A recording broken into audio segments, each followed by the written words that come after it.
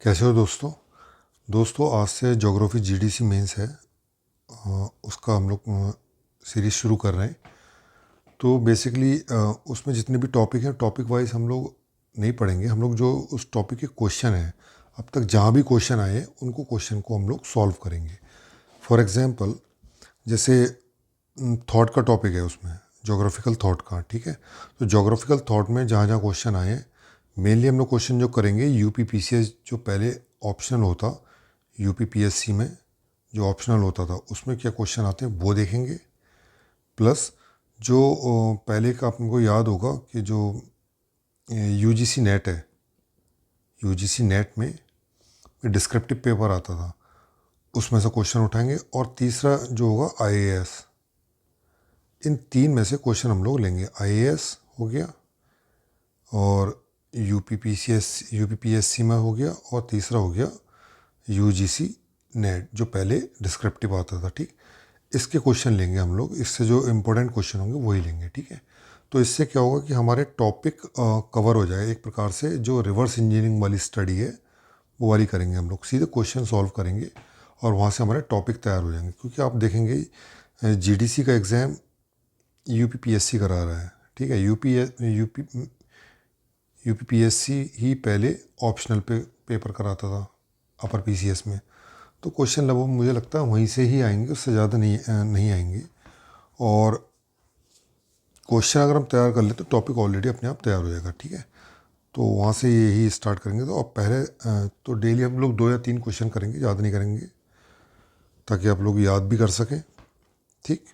और बात रही कि आगे जो प्री की तैयारी आगे, तो प्री की तैयारी देखो, प्रीवियस जो जीडीसी का जो प्रीवियस ईयर के क्वेश्चन थे वो सारे मैंने करा दिए।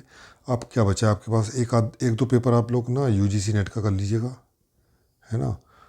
और एक पीजीटी का भी पेपर हुआ है, वो कर लीजिए, उसके आंसर की आई गई है। और higher education, UP higher education का जो पेपर जो हुए हैं वो एक दो पेपर कर लीजिएगा। इसमें मतलब मेरा मानना है यार, कम से कम प्री खुद निकालो, ठीक है।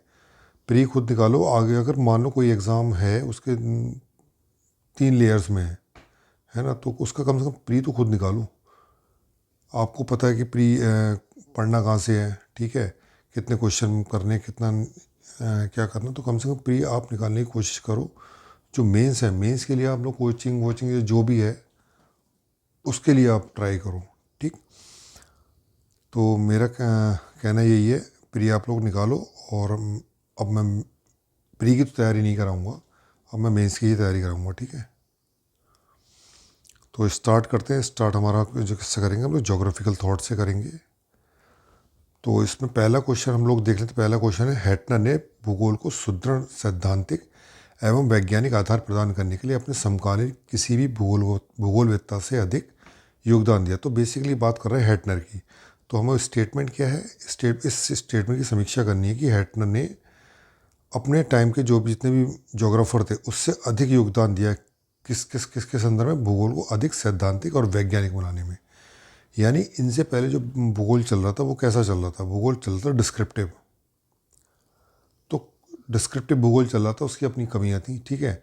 तो डिस्क्रिप्टिव भूगोल से, है ना, एक साइंटिफिक भूगोल बनाने में किन किन साइंटिस्ट जो भूगोलवेत्ता है, जोग्राफर है, उनका योगदान है। उनमें से एक जो है हेटनर है। हेटनर के बारे में बात करें, एक जर्मन भूगोलवेत्ता थे ये, ठीक है, जिन्होंने भूगोल में एक स्वतंत्र वैज्ञानिक अनुशासन बनाने के लिए अपना जीवन समर्पित कर दिया। उन्होंने जो भूगोल में द्वैतवाद था, खासकर कौन सा द्वैतवाद, जो प्रादेशिक भूगोल और क्रमबद्ध भूगोल, रीजनल ज्योग्राफी और सिस्टमेटिक ज्योग्राफी है, इसमें जो डुअलिज्म चल रहा था उसको उन्होंने ख़त्म करके, जो ये बेसिकली रीजनल ज्योग्राफी और जो सिस्टमेटिक ज्योग्राफी का डुअलिज्म था, ये एक प्रकार से डिस्क्रिप्टिव ही था, है ना, वर्णनात्मक भूगोल की तरह था, ठीक। साइंटिफिक कुछ इसमें ज़्यादा कुछ था नहीं। तो इन्होंने कहा इसको समाप्त करके इसका एक तार्किक और दार्शनिक आधार प्रदान करने का प्रयास किया, ठीक। अब ये तो इनका शॉर्ट इनका वो हो गया, एक इनकी मतलब ना परिचय, ठीक। आगे देखते हैं इन्होंने आखिर इन्होंने क्या किया ऐसा भूगोल में, जो इन्होंने भूगोल को सैद्धांतिक आधार, भूगोल को एक साइंटिफिक सब्जेक्ट बनाया, ठीक। तो पहला इन्होंने क्षेत्र विवरणीय विज्ञान कोरोलॉजी का प्रतिपादन किया। अभी कोरोलॉजी अपने आप में क्या है, कोरोलॉजी इनका ये मानते हैं भूगोल को क्षेत्रीय विज्ञान के रूप में परिभाषित करना है, सबसे बड़ा योगदान। ठीक है, रीजनल साइंस, भूगोल को एक सब्जेक्ट नहीं बल्कि डिस्क्रिप्टिव सब्जेक्ट नहीं बल्कि एक रीजनल साइंस के रूप में इन्होंने, यानी कोरोलॉजी के रूप में इन्होंने उसको स्थापित किया। इनके अनुसार इतिहास का जिस प्रकार समय का अध्ययन है, इतिहास जिस प्रकार समय का अध्ययन है, भूगोल उसी प्रकार क्षेत्र यानी स्पेस का अध्ययन है। इतिहास में हम लोग क्या पढ़ते हैं कि हिस्ट्री में ये हुआ, इस टाइम ये हुआ, उस टाइम वो हुआ, ये कह रहे हैं क्रोनोलॉजी के रूप में पढ़ते हैं। जबकि इन्होंने कहा कि ज्योग्राफी को हम एक स्पेस के संदर्भ में, किसी कोई क्षेत्र ले लीजिए, उस क्षेत्र में ह्यूमन प्लस इन्वायरमेंट, उसका हमें अध्ययन करना है, कैसे वहाँ पे ह्यूमन है और ह्यूमन के आसपास का जो इन्वायरमेंट है उसका अध्ययन करना। ठीक है, तो स्पेस के अध्ययन की बात कर रहे हैं। भूगोल को पृथ्वी के क्षेत्रों का ज्ञान कहा माना जहाँ विभिन्न तत्वों के अंतर्गत अंतर संबंधों का अध्ययन किया जाता है। उन्होंने वही बात कही, मतलब कि क्षेत्र का अध्ययन करो, क्षेत्र में जो विभिन्न प्रकार के जो तत्व होते हैं उनका अध्ययन करना ही भूगोल है। अब उस विभिन्न प्रकार के तत्वों में क्या आते हैं, एक तो कल्चरल आ जाते हैं, दूसरे फिजिकल। ठीक है, इनका आपस में कोरिलेशन क्या है, ये सब करना है। ठीक, दूसरा इनका भूगोल की वैज्ञानिक पद्धति मैथोडोलॉजी क्या थी, इन्होंने वैज्ञानिक कठोरता लाने की, मतलब उसको एक रेडिकल साइंटिफिक रूप देने का इन्होंने प्रयास किया। तुलनात्मक, उसमें क्या क्या चीज़ें होती हैं जब हम कोई सब्जेक्ट को वैज्ञानिक रूप प्रदान करते हैं, तो उसमें एक तो होती कंपैरेटिव स्टडी। ठीक है, दूसरा होती कार्य कारण संबंध। ठीक, तो इन्होंने प्रदेशों की तुलना करी आपस में और उसके आधार पर समान नियमों की खोज की। और कार्य कारण नियम क्या होता है, किसी क्षेत्र में मिलने वाली जो घटनाएं हैं उनके पीछे वैज्ञानिक कारण क्या है उसको समझने का प्रयास किया। तीसरा उन्होंने बात की प्रादेशिक भूगोल, क्रमबद्ध भूगोल के संदर्भ में इन्होंने क्या कहा, इन्होंने कहा कि प्रादेशिक भूगोल को ही भूगोल का मुख्य केंद्र माना। अब किसी स्पेस की हम बात करेंगे कि स्पेस का स्पेस को लेकर उसका अध्ययन करेंगे, तो स्पेस का अध्ययन किसको डिनोट कर रहा है, ये डिनोट कर रहा है प्रादेशिक रीजनल ज्योग्राफी को, कि हम विश्व को छोटे छोटे प्रदेशों में बांट लें, फिर उस प्रदेश में पाई जाने वाली जो विशेषताएँ हैं कल्चरल और फिजिकल, उनका हम आपस में कोरिलेशन करें। ठीक है, तो उन्होंने कहा कि जब हम किसी क्षेत्र का अध्ययन करते हैं तो वहाँ की जलवायु, मिट्टी, वनस्पति, मानव का सामूहिक अध्ययन क्षेत्रीय इकाई के रूप में किया जाना चाहिए। ठीक है, ये इसका देख लीजिए चार्ट, एक छोटा सा बना दिया है इसमें। आ गया डाईजियोग्राफ, ये एक पत्रिका थी, इन्होंने जिसका संपादन किया। ठीक, समीक्षा अगर बात करें तो इन्होंने देखो हैट ने जाहिर सी बात है ज्योग्राफी को एक साइंटिफिक सब्जेक्ट बनाने की क्या प्रयास किया, जो कि कांट ने अपने टाइम से शुरू कर दिया था। कांट के दार्शनिक विचारों को आधुनिक भूगोल में वैज्ञानिक रूप से लागू किया। उन्होंने भूगोल को केवल मानचित्र बनाने या सूचियाँ बनाने तक सीमित नहीं रखा, बल्कि एक ऐसी तर्कपूर्ण शाखा बनाया जो आज भी प्रासंगिक है। यही कारण है कि इनके आगे आए रिचर्ड हार्टशोन, जो इनके काफ़ी बड़े फ़ैन थे, फॉलोअर्स थे, हार्टशोन के विचारों के आधार पर ही हार्टशोन ने अपने जो हैटनर के विचार हैं उनको आधार बनाकर द नेचर ऑफ ज्योग्राफी लिखी। ठीक, तो ये क्वेश्चन हो गया। दूसरा क्वेश्चन देख लेते हैं कौन सा है, ये क्वांटिटेटिव रेवोल्यूशन के ऊपर है।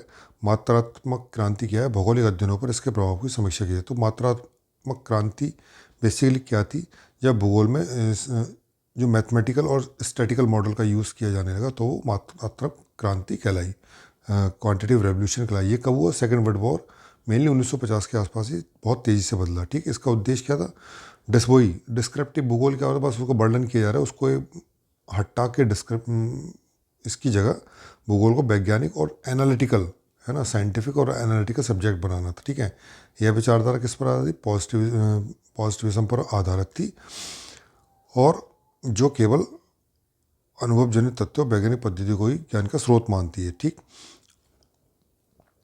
अब इसकी हम ऐतिहासिक पृष्ठभूमि में विकास देख लेते हैं। तो मेनली हमें क्वांटिटेटिव रेवोल्यूशन का जो विकास हमें देखने को 1950 के दशक से देखने को मिलता है, यानी सेकेंड वर्ल्ड वॉर के बाद देखने को मिलता है। लेकिन उससे पहले भी प्रयास किया जा चुके, जैसे वॉन थ्यूरियन का मॉडल है और वेबर का जो मॉडल था, ये एक प्रकार से जो उन्होंने मॉडल बनाए थे वो एक प्रकार से मैथमेटिकल और स्टैटिकल मॉडल थे। ठीक है, विस्तार देख, वॉशिंगटन की आयोवा यूनिवर्सिटी है, इन्होंने आयोवा यूनिवर्सिटी और जो एडवर्ड एकरमैन और विलियम गैरिसन, इन्होंने सब्जेक्ट को आगे बढ़ाया। इसको सबसे ज़्यादा जो प्रसार इसको फेमस किया है वो रिचर्ड शोले और पीटर हैगेट की जो बुक आई थी मॉडल इन ज्योग्राफी, उन्होंने इस क्वांटिटेटिव रेवोल्यूशन को स्थापित किया। ठीक, तो बेसिकली फेमस किसने किया? इन्होंने रिचर्ड शोरले और पीटर हैगेट ने किया। इसका उद्देश्य क्या था? मेन उद्देश्य ये था इसको एक साइंटिफिक सब्जेक्ट बनाना, ऑब्जेक्टिविटी लेके आना, क्योंकि डिस्क्रिप्टिव जो हो रहा था भूगोल का, डिस्क्रिप्टिव रूप जो चल रहा था उसमें बहुत सब्जेक्टिविटी थी, ऑब्जेक्टिविटी नहीं थी। तो भूगोल को ऑब्जेक्टिव बनाना, प्रिसीशन बनाना, उसको शुद्ध बनाना, है ना। साहित्यिक भाषा के स्थान पर गणितीय भाषा सांख्यिकी का प्रयोग, पूर्वानुमान, इन मॉडल के आधार पर वर्तमान के साथ साथ पूर्वानुमान, भविष्य की स्थितियों का भी अनुमान लगाना इसमें एक उद्देश्य था।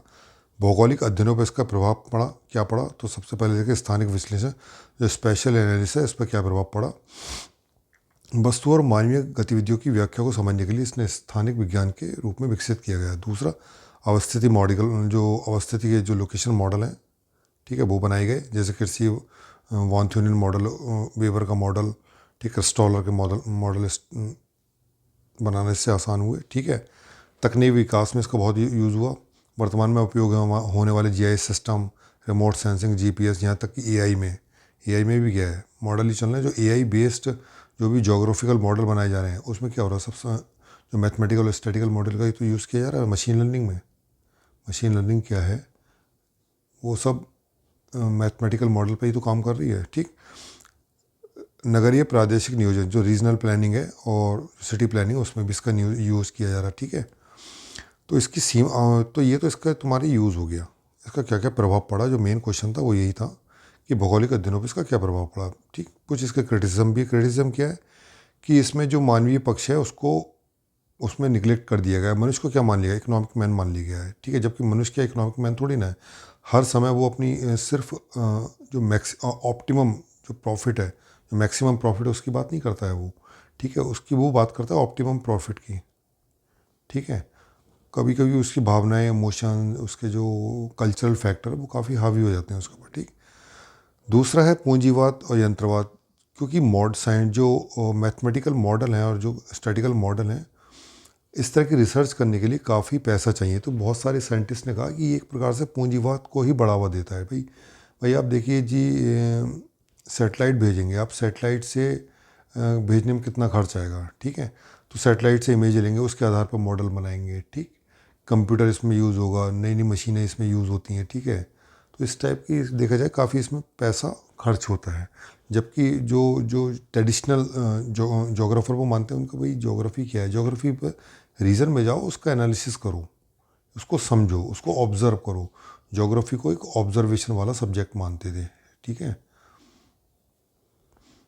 तो इसने क्या किया, जो पूंजीवादी देश थे, जिनके पास टेक्नोलॉजी, जिनके पास ह्यूमन रिसोर्स था, वो इनका अच्छी तरीके से यूज़ कर रहे थे। जबकि विकासशील देश क्या थे, उनके पास था ही नहीं कुछ, तो इस मामले में वो पीछे रह जाएंगे। तो एक प्रकार से क्या ये पूंजीवादी, इसको पूंजीवाद और यंत्रवाद कहकर इसकी आलोचना की गई। अति सामान्यीकरण, गणितीय मॉडल्स का बहुत ज़्यादा इसमें प्रयोग किया जाने लगा ज्योग्राफी में, जो कि ज्योग्राफी को एक वास्तविक जो ज्योग्राफी होती है ना, रियल ज्योग्राफी, उससे इन्होंने बहुत ज़्यादा इसको दूर कर दिया। ठीक है, तो मात्रात्मक क्रांति थी, उसकी अपनी कमियां थी।